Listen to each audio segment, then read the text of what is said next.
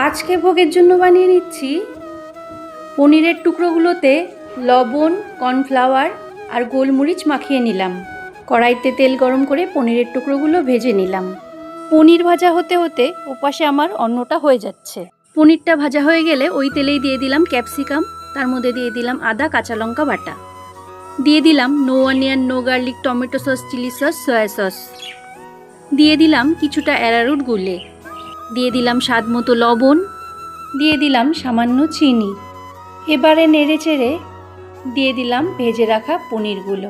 এরপর একটু জাল হয়ে গেলেই দিয়ে দিলাম গরম মশলা। তৈরি হয়ে গেল চিলি পনির। আবারও কড়াইতে তেল গরম করে দিয়ে দিলাম তেজপাতা, দিয়ে দিলাম মটরশুঁটি, স্বাদ মতো লবণ, দিয়ে দিলাম কাঁচা লঙ্কা কুচি, দিয়ে দিলাম চিনি।